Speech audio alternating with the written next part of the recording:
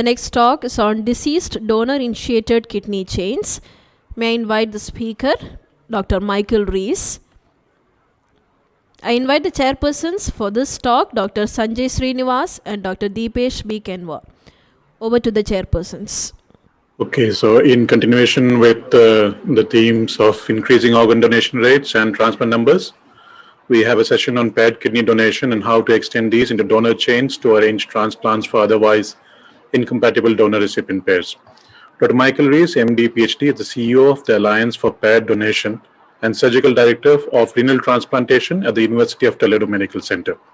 He has helped coordinate a large and growing number of transplant centers in the US and outside to arrange transplants for hundreds of incompatible donor-recipient pairs. With this understated summary of this immense and complex effort, I and my co-chair, Dr. Sanjay Srinivas, invite Dr. Rees for this session on deceased donor-initiated kidney chains. Are you able to see it now?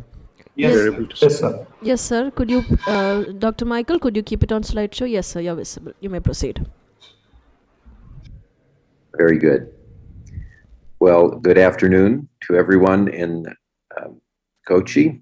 I wish I could be there with you today, but unfortunately it's very early in the morning for me here. I'm actually at a meeting in Las Vegas, and so it's good to be with you again. Today I will be speaking to you about deceased donor-initiated kidney chains. I'd like to thank Vivek Kute and the conference organizers for the opportunity to present to you. I have a couple of disclosures. I am the unpaid CEO of the Alliance for Paired Kidney Donation, and I'm also an equity holder and board member of a company called Rejuvenate Healthcare. A little bit of background before we get into deceased donor chains. The United States has had some criticism that they have not utilized a single kidney exchange program, a single national program, which would obviously give us a greater size of pool. But one of the advantages that has been derived from the United States for the development of kidney exchanges, having many different programs, has allowed us to really be an innovation incubator. And you can see here that the number of innovations that have been possible because of this have been significant. Many of these innovations have been driven in part by the Alliance for Paired Kidney Donation, one of several kidney exchange programs in the United States. And today I'd like to focus on just one of those innovations, which is kidney exchange through deceased donor serving as the chain initiating kidney. Typically, when we create a chain in kidney exchange, it's done with a living donor kidney, but altruistic or non-directed kidney donation is not possible in India. And so I'd like to propose to those of you that are doing kidney exchange within India that perhaps you could begin one of these chains using a deceased donor kidney and giving the last kidney back to the waiting list, as opposed to having these chains begin with a non-directed donor, which is not legally possible at this time except in Kerala in India. These innovations in the United States have led to many kidney exchanges being performed. You can see now we're doing more than 1,000 kidney exchanges per year. And as a percentage of the total living donor kidney transplants, kidney exchange now produces more than 20% of all living donor kidney transplants in the United States. And thus, I think particularly in a country like India, where the majority of the transplants that are done are from living donors, this is an opportunity to try to increase the total number of kidney transplants that are being performed, especially when you think about how many are being done with desensitization, where the results are not as good as if you can provide a compatible transplant. Unfortunately, India has not yet realized the full potential and promise of kidney exchange, with Vivek, his program really leading, but very few other programs are achieving that type of success. And so I get the sense as I work within India now that this year there seems to be a lot more enthusiasm as we come out of COVID to try to change that. One of the ways, as I mentioned earlier, is that we in India you could begin to use a deceased donor to initiate a chain. This idea came from the idea of multiplying the goodness that can come from an altruistic kidney donor or a non-directed donor. And really, what is a deceased donor kidney but a non-directed donor kidney? When we first started thinking about doing non-simultaneous extended altruistic donor chains, in which we began with a living donor kidney, there was criticism of this idea because many of my colleagues back in 2007, when we did this for the first time, thought that an altruistic donor's kidney or a living donor's kidney should be treated like a deceased donor kidney. We had spent a lot of time thinking about how to allocate such a kidney, and we should simply give that kidney to the top patient on the waiting list because that would be the fairest way to share their kidney. We had proposed an alternative mechanism, but the problem was that if we were to utilize our alternative mechanism, we would not be giving to the person at the top of the waiting list. We would be giving to one of these dark dots, these dark lines. This is the entire waiting list. The red line is the top of the waiting list. The person who's at the top of that match run, and the everybody else is a person waiting. The bolded dark lines are people who are waiting, but they have a living donor who wish to give them a kidney, but they're incompatible. If you look at everybody on the waiting list, particularly this thin line at the top, one of the criticisms of the idea of not giving to this person is that the chances from an ethnic perspective that this person is Caucasian was 38%. The chance that they were Black or African American was 34%. The chance that they were Hispanic was 18%, and so forth. So that's who you would be giving to the kidney to if you gave it through the UNOS allocation system. If you did that, the result was that you would no longer have the red line. That person would be transplanted, and the list would be one person shorter. And that was considered to be ethical and the appropriate choice because each of these dark lines, unlike the entire population, were people that had a willing but incompatible donor, but they had a 70% chance that they were Caucasian, a 12.5% chance that they were Black or African American, a 13% chance that they were Hispanic. So it didn't seem fair to give to one of these dark bolded lines when you were twice as likely to give it to a Caucasian patient, and only a third as likely to be giving it to a Black patient, when you thought about it from a ethnic perspective. But of course, there are many other things that you could try to prioritize when trying to decide who to give this person to, this kidney to, and utility also has to be something that we consider.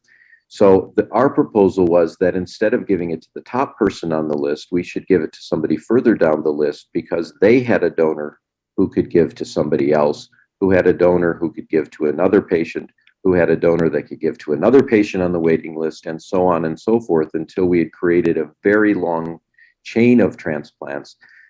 The result after doing this is that the chain would be much shorter, and you would have improved the waiting time of everybody on the waiting list.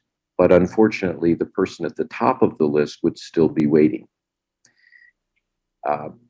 So the question was, should we give it to the person at the top of the waiting list, or should we do this need chain concept? And the challenge was, it seemed that we were giving it to a prioritized group, less likely. So trying to transplant more Black patients in America, and to be fair about making sure that that Black patients are transplanted at a rate which is consistent with their presence on the waiting list, was being diminished by giving it to a group of people where only a third of Black patients and twice as many Caucasian patients were being transplanted. So the argument was that this was viable as a viable solution because it increased utility and helped reduce the waiting time for everybody. But I'd like to convince you now that if you have a group of patients that you want to prioritize, and it could be Black or Hispanic patients, but it also could be trying to transplant more highly sensitized patients or more blood type A patients. You could have many priorities that you want to achieve. And let's say that we have a pool of non-directed donors now, living donors, that we want to give 10 kidneys to. We could give it to a pool in which the patients that we want to prioritize, let's call them the green dots. The green dots are overrepresented in this population and underrepresented in this population, which have willing but incompatible living donors. And the white dots here are overrepresented. Are we going to really be making the wrong choice if we give this pool of living non-directed donor kidneys into the pool of that also has a willing but living donor, but is twice as likely to have the white dots here as opposed to here? That's the group that is all overrepresented, and has a third as many of the green dots, a group that we would like to prioritize, and they're prioritized here in the deceased donor pool. Well, let's see what happens if we actually carry this out. If we take these 10 kidneys and we give it to the deceased donor pool, and we do one transplant for every one of those kidneys, we will produce 10 kidney transplants, and 3 of the transplants will be for the desired group, or the green dots. If instead we were to take these 10 kidneys that we're allocating from a living donor and put them into the pool of patients that have a willing but incompatible donor, which is underrepresented for the green dots, we'll produce 50 kidney transplants, because each need chain is producing about 5 transplants per chain. And of the 50 transplants, there will be 6 of the underrepresented group, or twice as many as in the alternative, where if we gave it to the pool, to the person at the top of the deceased donor waiting list, we'd produce 10 transplants and 3 for the desired group. In the alternative strategy, where we're giving to a pool which is underrepresented by the desired group, we produce 5 times as many kidney transplants, and thus 6 transplants for the desired group. And I'd like to propose to you that this helps us to understand how, even if we allocate these kidneys into a chain and give it to a pool of patients that is underrepresented for a desired group, say blood type O, or highly sensitized patients, or for a minority group, as in the United States, we actually are still helping more of that desired group than by simply creating one transplant by giving it to the person at the top of the waiting list. We've therefore proposed that if we had a pool of deceased donor kidneys, we should now, instead of giving that to the person at the top of the list, there may be times where some of these deceased donor kidneys could be given to the pool of patients with willing but incompatible donors. We could create many more transplants, and we would likely achieve even more transplants for the underrepresented but desired group. So we've now made a proposal to begin doing this, where in the United States, we would not utilize a deceased donor kidney if the person at the top of the list was very sensitized, a child, or was perhaps a previous living donor.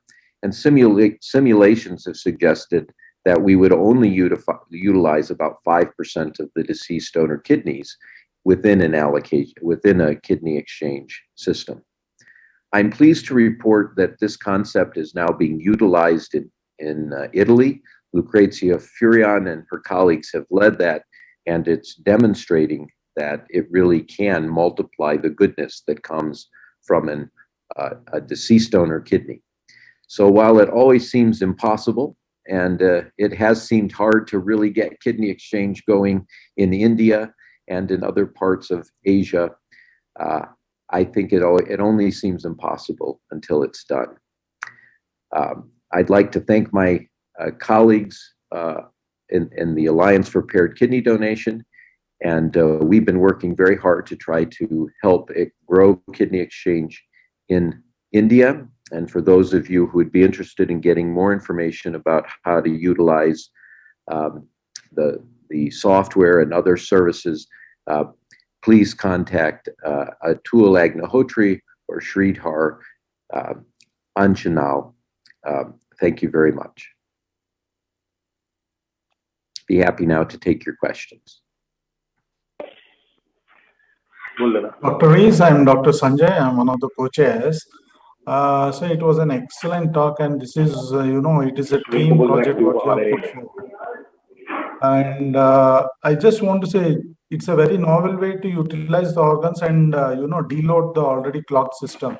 But I just want to ask, when you first started out, how difficult was it to get the legal clearance for the same? You faced a lot of problems? Well, in the United States, when I began doing kidney exchange was considered to be valuable consideration, or had the risk of being considered valuable consideration, because you were giving a kidney in exchange for something of great value, which was another kidney. It wasn't for money, and the law was really written to stop the commercialization of a living donor kidney transplant, not to stop kidney exchange. So I started working in this field in the year 2000. It took 7 years for us to change our law. So the answer to your question is it took a long time to change the law, but everybody recognized that the law didn't pertain to kidney exchange. It just took time to have everybody see that and change the law. Nobody was ever prosecuted in the United States, but many transplant professionals, and including myself, were helping to grow kidney exchange, understanding that it was not something that was valuable consideration by the classic sense of something that was monetized. So yes, there were some difficulties, and I think that regulatory barriers are right now one of the big challenges in India, and there needs to be a change in the law to help facilitate doing more kidney exchanges, particularly between states, because of the way the authorization committee authorizes a living donor to donate. It makes it more difficult between states, and so I think there need to be some changes. But within states, it seems to me that there's still tremendous opportunity for growth in India because the law does allow for kidney exchange. Unfortunately, it doesn't currently allow an uncle to participate in kidney exchange, but it would allow a grandparent, which is kind of silly. And so I think there are some changes that could be made in the law to allow for that as well. And now even in Kerala has even recognized the option of non-directed or altruistic kidney donation. So there are movements in India to try to overcome some of these regulatory or legal barriers that are preventing the expansion. Dr. Rees, if I may, what was very interesting for me is how you're taking steps to ensure equity within your donor chain. So do you find that as you try to factor in more of the non-conventional parameters like recipients from minority groups, do you find it more complex to figure out the chain? Does your software look into this also? Can you put that into the software also? So we don't prioritize transplantation in the United States according to ethnic status. It's just something we try to protect through choosing how the allocation pathways work, prioritizing things like waiting time or HLA matching geography. Some of the things that we prioritize in the United States have had a negative impact as well on transplantation of some minority groups. And therefore, we've tried to change our allocation system without specifically saying we should try to fix this by giving it to somebody according to their ethnicity. So we don't match according to ethnicity, but we have tried to take steps to minimize the disadvantages to some minority groups that are currently disadvantaged by allocation policies that aren't achieving fairness as we'd like to achieve it. And what I hope to show in my presentation today was when you give a deceased donor kidney through an allocation policy that creates only one kidney transplant, you're actually disadvantaging these groups that we wish to prioritize, even though if you instead give that same deceased donor kidney to a pool which is more sparsely populated with the desired group, but because you're creating many more transplants per donated kidney, you're in the long run, you actually achieve more transplants for that desired group, even though it seems that you're giving it into a pool which has less of the desired group. That's the ethics of that are a little bit hard to see, and that's why I tried to help visualize it with the slides at the end of the presentation. Do donor recipient pairs enter the chain in the middle also, or is it cast in stone like once it's initiated? So how far ahead do you plan? We plan the entire chain from the beginning. So we know how the chain's going to begin and end, at least for that segment. So then we have what are called bridge donors. But once we go from the bridge donor to the next segment, we know exactly what that's going to look like. And we then pause with another bridge donor who can donate their kidney in the future, but can't donate their kidney in the present because we don't have a match for them. So each segment is fully understood, and we stop with a bridge donor who we trust. That's not currently allowed in India. So Vivek Kute has created a very clever strategy of creating non-simultaneous cycles that come back to the person in the beginning, but still allow bridge donors in the middle. And so he's been able to make very long cycles as opposed to a chain by utilizing this concept of a bridge donor in cycles rather than chains. Because non-directed donors are not allowed, so he can't make a chain. That's why he's using it in cycles. And the proposal that I put before you is that perhaps he could start with the deceased donor kidney to allow a chain. And the clever strategy that Vivek has developed instead says, well, let's try to make it a cycle. And then if something bad should happen and it breaks, why then we can repair that break with the deceased donor kidney. So one more question. I just wanted to ask you, how much importance will you give to the HLA match versus the length of the chain? What I mean to say is if the HLA match is going to restrict your length of the chain or the number of patients getting benefit, and you have other curves where you don't look into HLA match and you have a long chain that you are going to generate. So which one will give you more importance for? Well, that's an excellent question, and one that I don't think there's a right answer to. So the way that I think that, I'll tell you the way that we do it, and I think it's the right way to handle it. We put a value on getting an excellent HLA match, But we also put a value on trying to get a highly sensitized patient transplanted, or trying to get somebody who's been waiting for a long time, or trying to get somebody who's a child kidney transplant. And so all of these things compete. These are priorities that compete with one another, and we've tried to put point systems on them, where what we're trying to do is to maximize the total point score of the entire solution, as opposed to just saying, oh, well, this person has an excellent HLA match. So we want to give that, if we can do the excellent HLA match and still transplant the same number of people, we'll do it. If we can do a transplant that gets one less transplant but achieves a transplant for the highly sensitized patient, we'll probably do it because of how much we value that. But if we're going to do a chain which would do 2 less transplants, we may not have valued getting a highly an excellent HLA match as being worth losing 2 transplants. So you try to create a point system which gives you the desired result across an entire solution, because remember that if you had a pool of 100 people that you were trying to match, there'll be thousands of possible ways that you could put the exchanges together. And so the overall solution chooses both the highest point score and tries to transplant the maximum number of patients. But as you transplant more patients, you score more points. So it's not just the quality of the exchange, but the quantity of people that you can help, and you have to balance those two. I hope that's a good answer. I hope that makes sense. Yes, sir. Thank you. Thank you, sir. Dr. Sanjay, I think we can close the session.